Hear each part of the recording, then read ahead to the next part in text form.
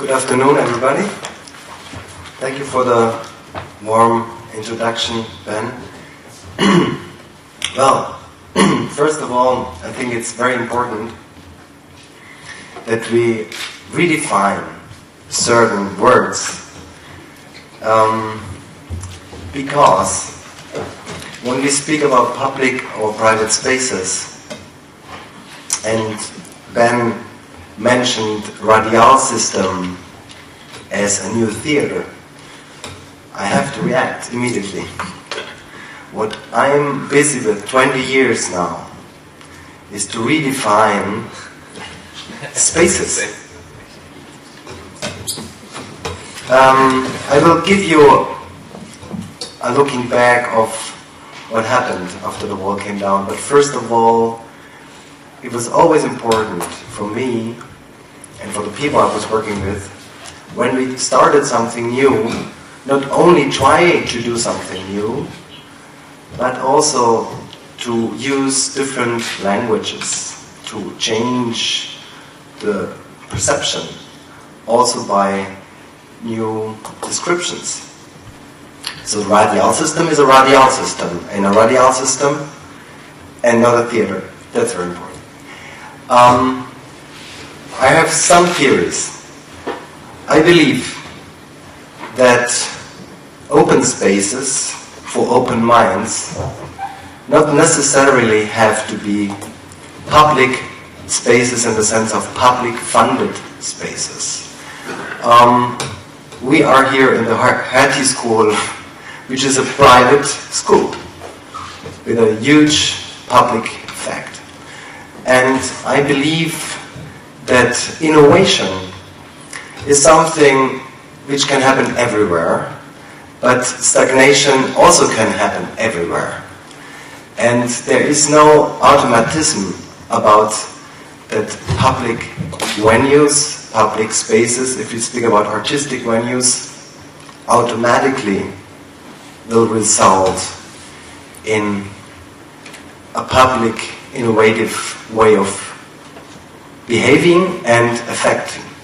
So that's why I want to talk about the open spaces for open minds and why do we need new models of innovative structures for these creative processes we're talking about. And now I come back to the specific Berlin history after the wall came down. It's true that there was a lot of abandoned space around. So open space for open opportunities. And artists from all over the world were attracted to move to the city.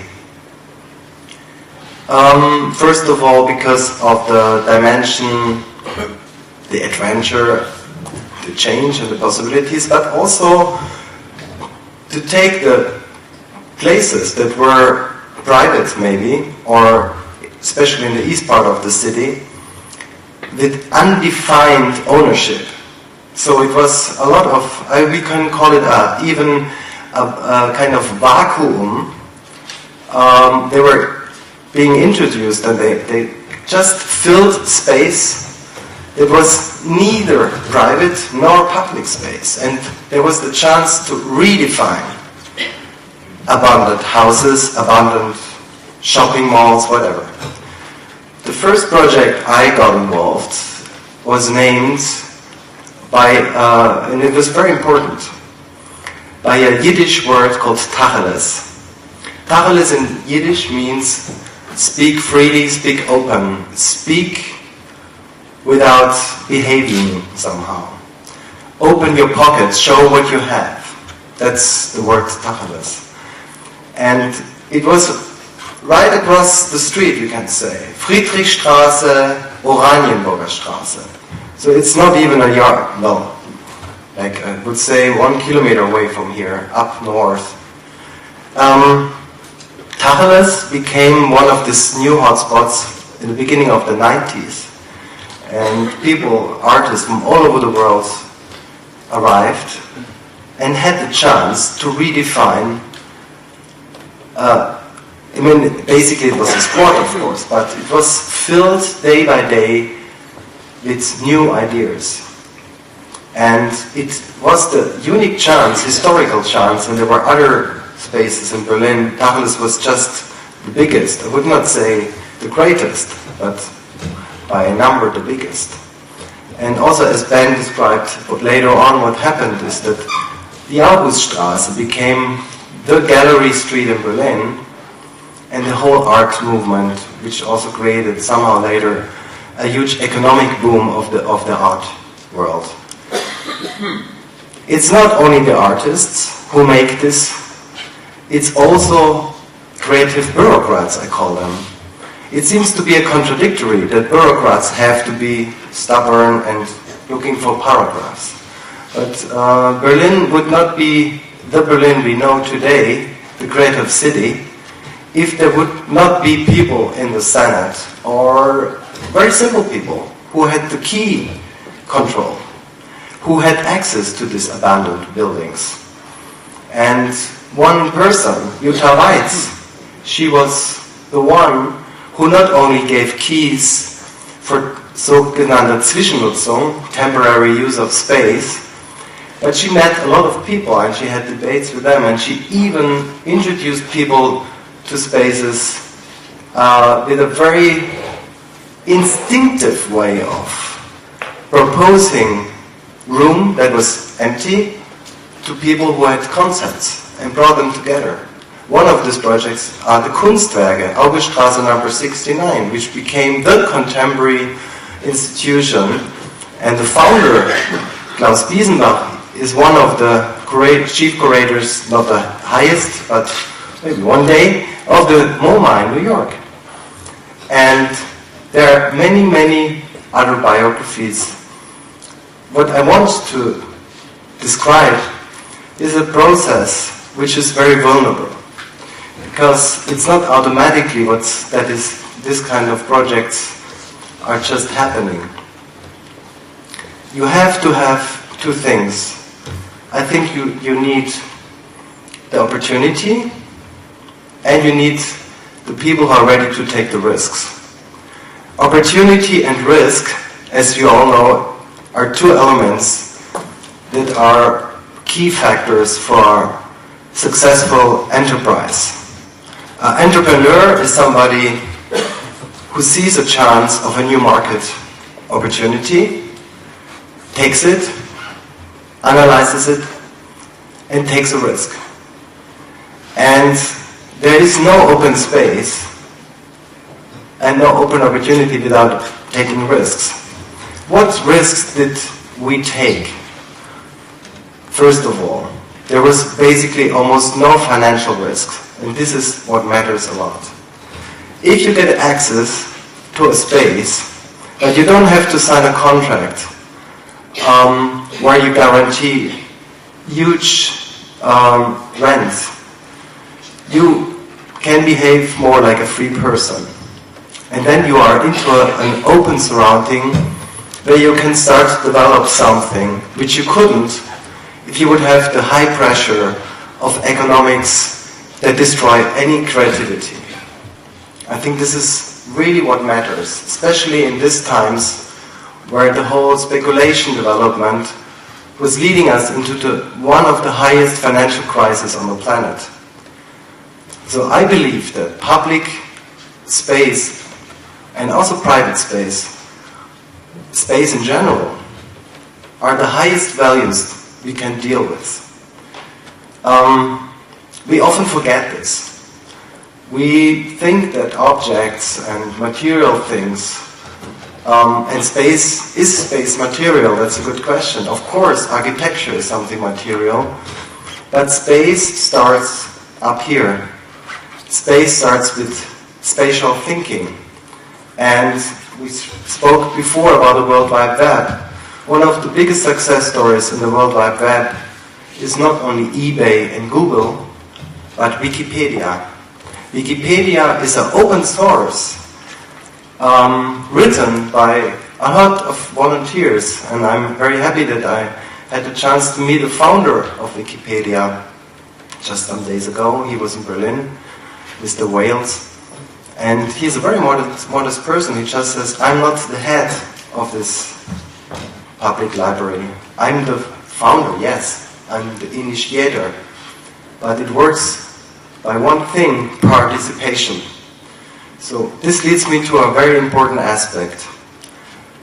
I believe that participation is a key to open doors into completely different worlds. Because even a public space like Tacheles, and this is the negative side of it, it was maybe public space for 3 years. Open for everybody who had great ideas. Everybody could come, everybody could join. It was full participation. We had sometimes 100 members, another time up to 200 people. The audience was welcomed. There was an in and out, open doors, open house. So in the best sense, it was a public space. But it transformed into one of the highest closed shop private spaces over the years. And that is very interesting. Not only the positive side of this creative process, but also to observe what happens. Institutions tend to stagnate after a while. We know this process. It has to do with routine, it has to do with hierarchy, it has to do with power structures. I described it many times, like with situations of aggregates we know from the physics, like water can be steam, can be liquid, or can be ice. And in the beginning, there's a lot of gas, then becomes liquid. And then it can go into ice, or it can stay liquid, or it can be steam again. Another image I want to create.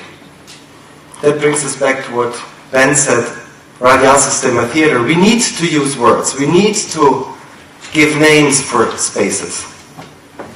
For example, Piazza del Campo in Siena, what is that? Is it a marketplace, or is it also a stage? And twice a year, as you all know, in the Palio, it's becoming the most, for my taste, one of the best public spaces in the world, when this Palio is happening, big horse ride, where all the districts fight against each other. We are used to give these definitions for our institutions. Let's speak about the arts institutions. We have opera houses, we have museums, we have concert halls, theaters, film theaters, we have museums for art exhibitions. What else?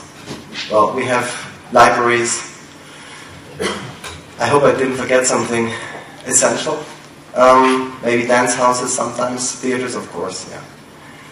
All these places are founded to do something which is either exhibiting or performing or audience listening to music.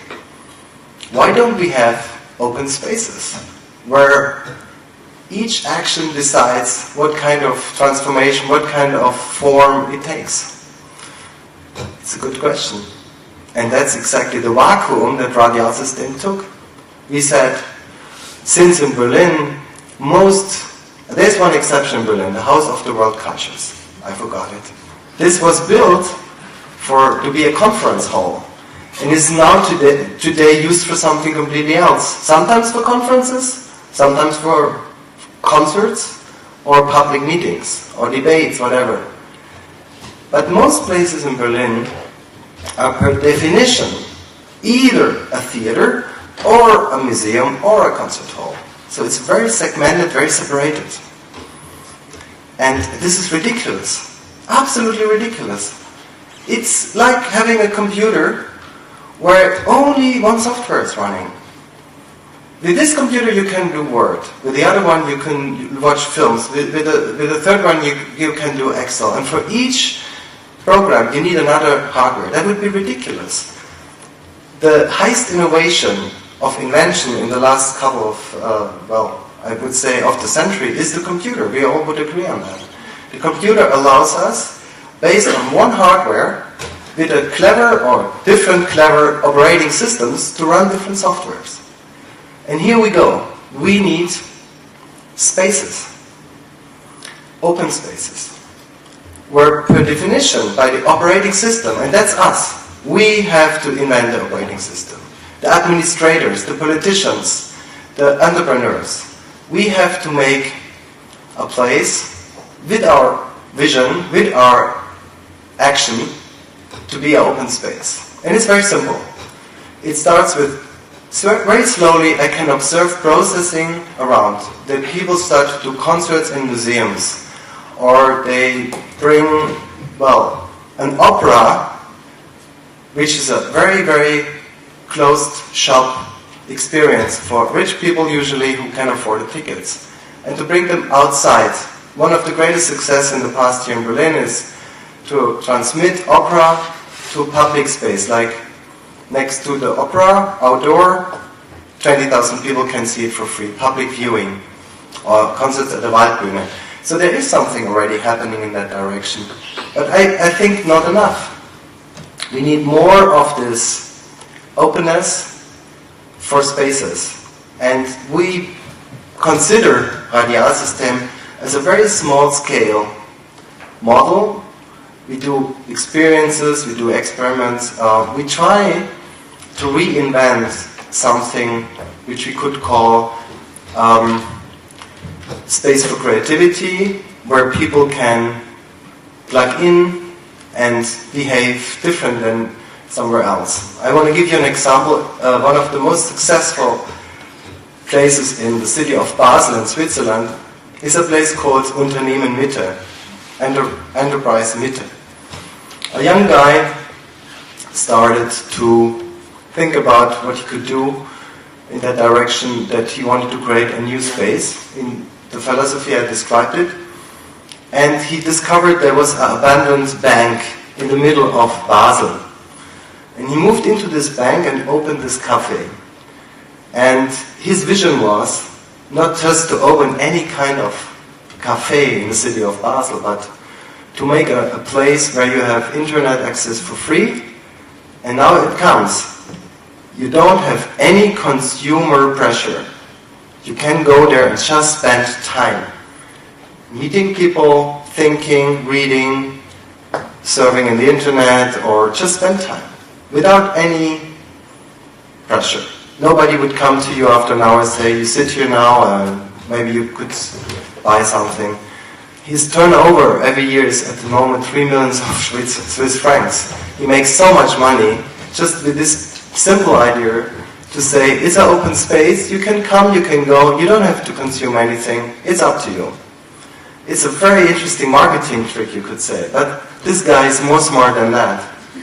He opened, and I'm a bit jealous about it because I had the same idea and wasn't quick enough. He opened a bank of ideas. People can go and put ideas, write it on a piece of paper, and deposit just ideas, nothing else. Thoughts. A bank of thoughts. Other people can look for the files and they can react on it.